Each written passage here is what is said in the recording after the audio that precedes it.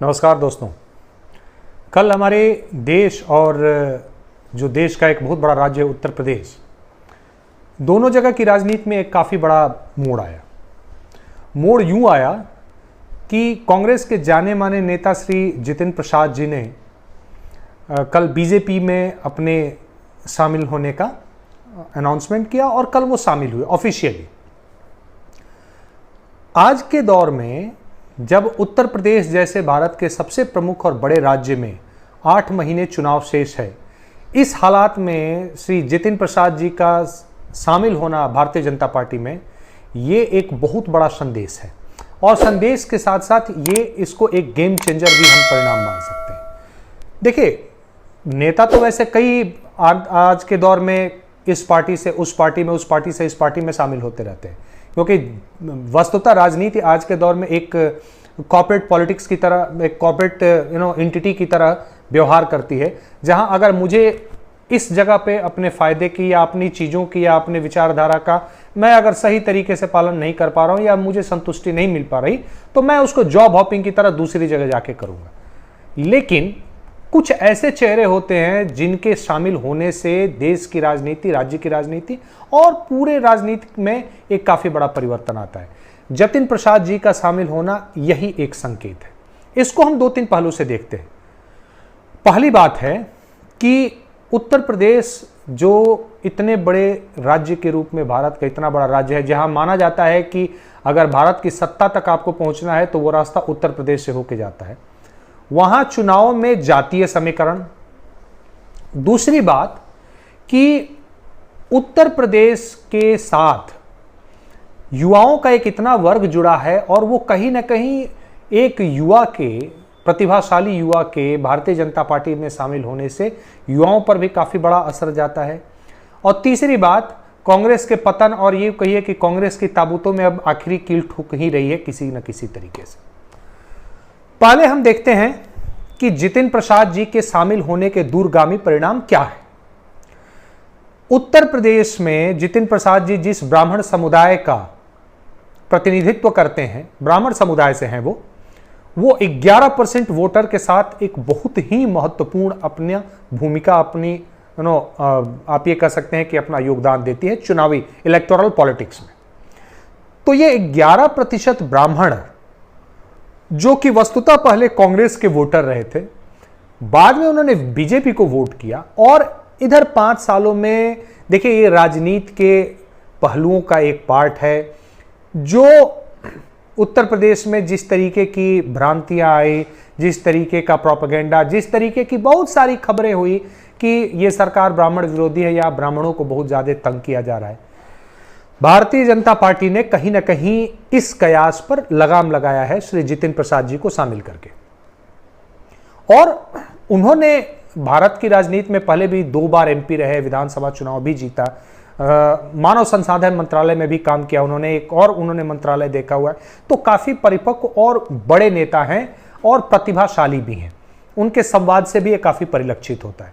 तो इस समय जब 8 महीने शेष हैं, ये वस्तुतः एक भारतीय जनता पार्टी का मास्टर स्ट्रोक है, जबकि उन्होंने इतने बड़े ब्राह्मणवादी चेहरे को अपनी पार्टी में शामिल किया। इसमें कहने में कोई गुरेज नहीं है हमें।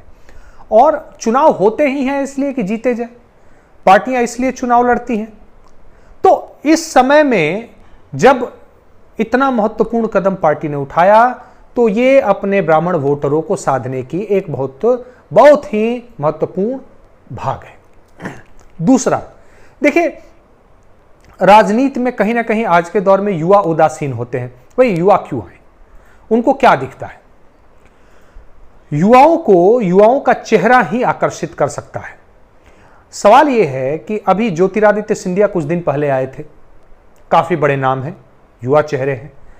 अब जतिन प्रसाद आए, भारतीय जनता पार्टी में प्रधानमंत्री मोदी, अमित शाह जी, नड्डा जी हैं, कुछ नेताओं को छोड़कर के पीयूष गोयल हैं, नितिन गडकरी को हम युवा नहीं कह सकते। अब अगले आने वाली जो आप ये कहिए कि जो सीरीज है उसमें युवा नेताओं की बहुत जरूरत है। और चूंकि भारतीय जनता पार्टी एक सिद्धांतों वाली पार्टी रही है, हमेशा से एक अपने एजेंडे पे चली है और डेमोक्रेटिक वे में चली है, तो उस स्थिति आप देखिए हेमंत बिश्व शर्मा को, उनको कितना फायदा मिला, कांग्रेस छोड़ करके आए, उन्होंने दूसरे चुनाव में यहां पर आज के दौर में पार्टी को अभूतपूर्व जीत दिलाई और आज मुख्यमंत्री के पद पे है। तो कहीं ना कहीं भारतीय जनता पार्टी संकेत दे रही है युवाओं को कि आप अगर हमारे साथ आते हैं और आप अपने साथ युवाओं को भी हमारी विचारधारा के साथ जोड़ते हैं तो आगे चल करके आपका भविष्य हमारी पार्टी में बहुत अच्छा है। इस तहत जितिन प्रसाद जी का एक युवा नेता के तौर पे, एक सशक्त युवा नेता के तौर पे, एक पढ़े लिखे युवा नेता के तौर पे, उनकी शिक्षा दीक्षा भी विदेश की है, तो ये एक बहुत महत्वपूर्ण संकेत है कि उनके आने से युवाओं में भी एक पॉजिटिव एनर्जी, एक पॉजिटिव आप ये कहिए कि कम्युनिकेशन जाएगा कि भारतीय जनता पार्टी अपने अंदर युवा शक्ति को शामिल कर रही है और उनको आगे किसी बड़े ओहदे पे, किसी बड़े दायित्व को देने में सक्षम है। तीसरी बात और आखिरी बात, कहीं ना कहीं कांग्रेस पार्टी की दशा और दिशा दोनों बदहाली की तरफ लगातार जाती रही है। ज्योतिरादित्य सिंधिया गए, जितिन प्रसाद जी गए, अब शायद अगला नंबर मिलिंद देवड़ा और सचिन पायलट का भी हो सकता है।